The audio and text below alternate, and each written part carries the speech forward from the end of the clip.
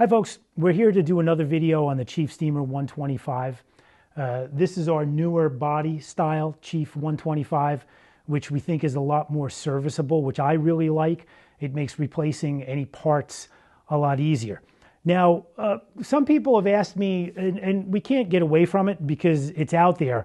My competitor Rino, who has a similar machine to this based on injection, they're at 200. Now that's a lot of PSI. That's a really, really nice number. That's high pressure. I congratulate them for that. So people have asked me, well, are you guys going to answer that? Are you guys going to go higher? Are you going to go to 200? First thing I did was ask my manufacturer. I said, okay, well, Rino went to 200. Well, let's go to 200. I've always wanted more pressure. I know detail guys want more pressure. They want these steamers to act like pressure washers, which we know, and I've said many, many times, they can't be pressure washers. But I've always said more pressure is better. More pressure is better. More pressure is better. And technically, more pressure is better. So people have asked me, well, why don't you go to 200 and answer what Rino did? So I asked my manufacturer, well, let's go to 200. Let's go to 150. Let's go to 160. You can't just throw out numbers. So you can't just arbitrarily pick a number. Why doesn't Rino go to 300? The components that go into these steamers need to take the constant abuse that they're under. I see this every single day with different components in all the various steamers that take a beating. And they take a beating from everyday use, and they take a beating from neglect. So those are things, if you're somebody who takes pristine care of your steamer, it's still going to need work at some point. If you're somebody who does nothing to your steamer and never drains it, it's going to break a lot sooner, and that's just a fact. The higher you push the pressure, potentially the faster things can break because everything is under constant stress. So when I ask my manufacturer, well, let's go to 200. Let's answer them, let's go to 200. Let's at least go to 180.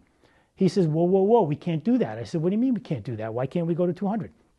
He says, well, he can't find components, most components that are rated to handle 200 PSI and the temperature that's equated to that.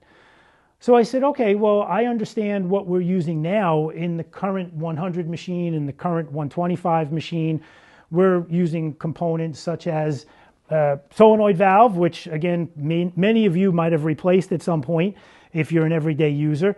The steam passes through here. There's an electronic plunger in here that opens and closes as the steam is requested.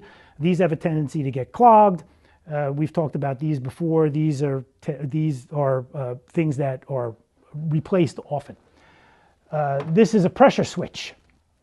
So this is a pressure switch that monitors the pressure and how long to keep the heater on. Once this reaches a certain pressure, it tells the heater to turn off or turn on when more pressure is needed. The lower the pressure, it's going to turn the heater off sooner. The higher the pressure, it's going to keep the heater on longer.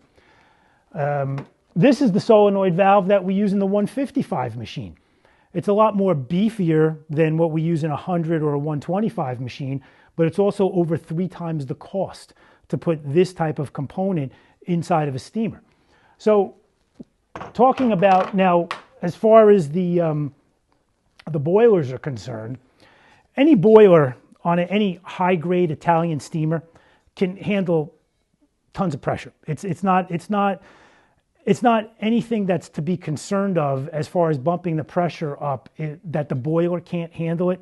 These boilers can always handle the pressure. It's some of the components that we worry about, and my manufacturer worries about, that if we can't find a certain component that's rated to a certain temperature and a certain pressure, then we can't put it in the machine and we won't bump the pressure up past what the component can handle.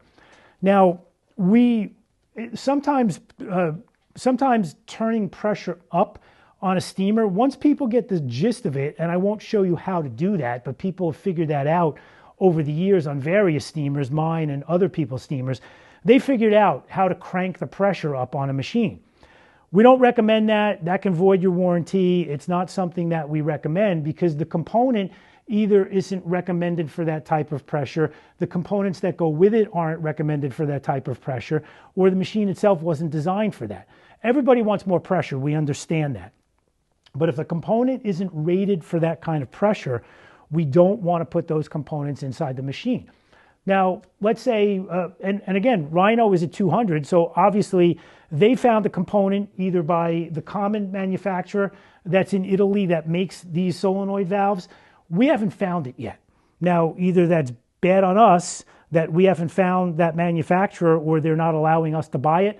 I don't know. I can't answer that question. My manufacturer just says that he has not found the components that would be rated to handle that kind of pressure. I know that what we put in the 125 machine, the 100 machine, these are rated to 10, 11 bar, which is 145 to 160 PSI. So these are rated to handle that type of heat and that type of pressure, but we will not bump these up to 200. And it's not a safety thing.